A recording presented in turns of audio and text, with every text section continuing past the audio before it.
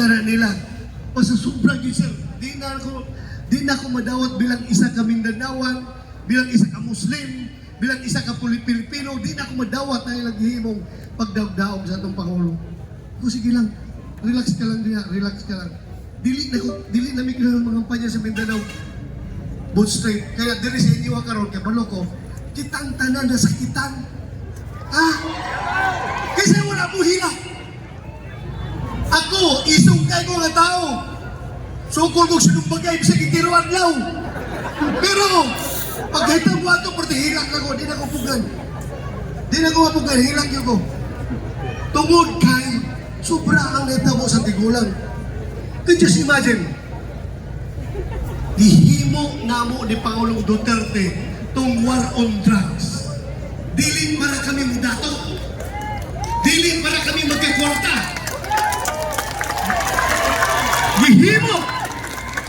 Gihimo na mo ang war on drugs para masalba ang kaugmaon sa kabatan-unan na namilinggo sa illegal na droga.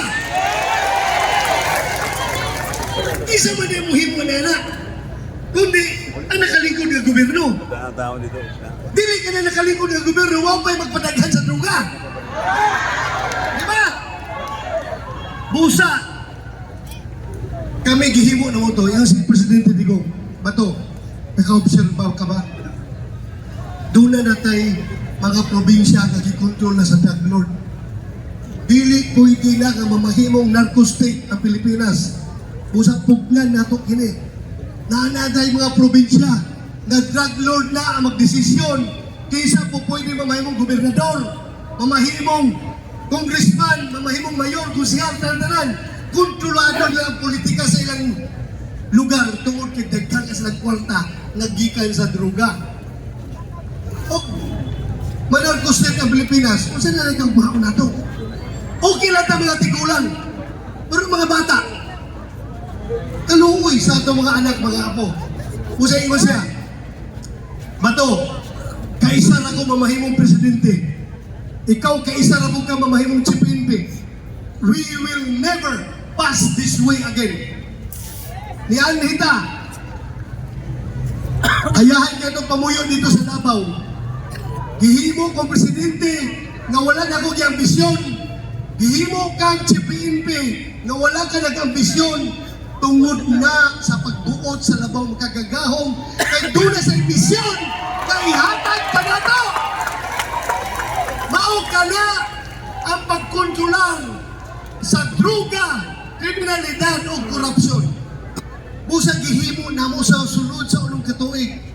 Apan, pagkahuman sa paningkamot ni Pangulong Duterte na magpuyo ng malinawon, pagpuyuta na layuta sa kahadlok sa droga o krimen.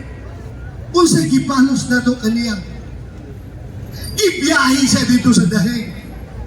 Mo ba na atong batasan pagka-Pilipino?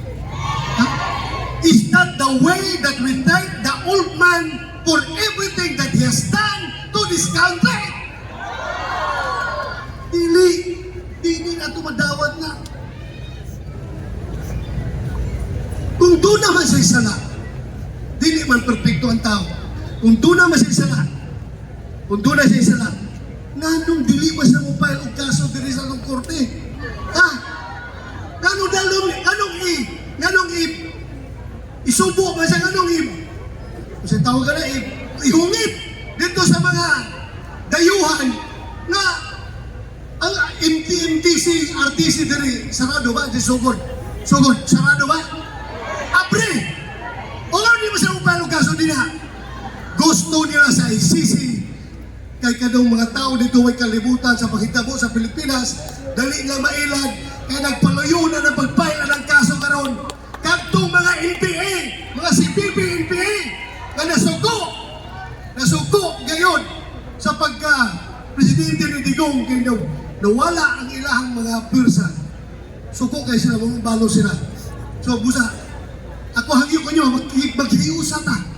Kaya kung di ta maghiusa, daw-daugo na yan ta. Maghiusa ta. Paningkamo ta. Ako, technical ako, 5 minutes no, kanay lang. ang bota sa labaw magkagagahom na mahuman, marisolba ihang kaso kung pagkauli ng tao si Tatay Digong din sa itong nasod. Dugang pag-ampo para tagaan siya sa labaw magkagagahom o eksakto o piskay na panglawas para iyahang malusutan ang mga pagsulay ngayang yatubang karon. Kaya na ito na! Sa dagang kay salamat, dili ng nako tason. Ayaw to yung kalimti. Duterte, napulo mi kamo. Tabangin tao ninyo. Dagang salamat. Mayong gabi, kanto tanan.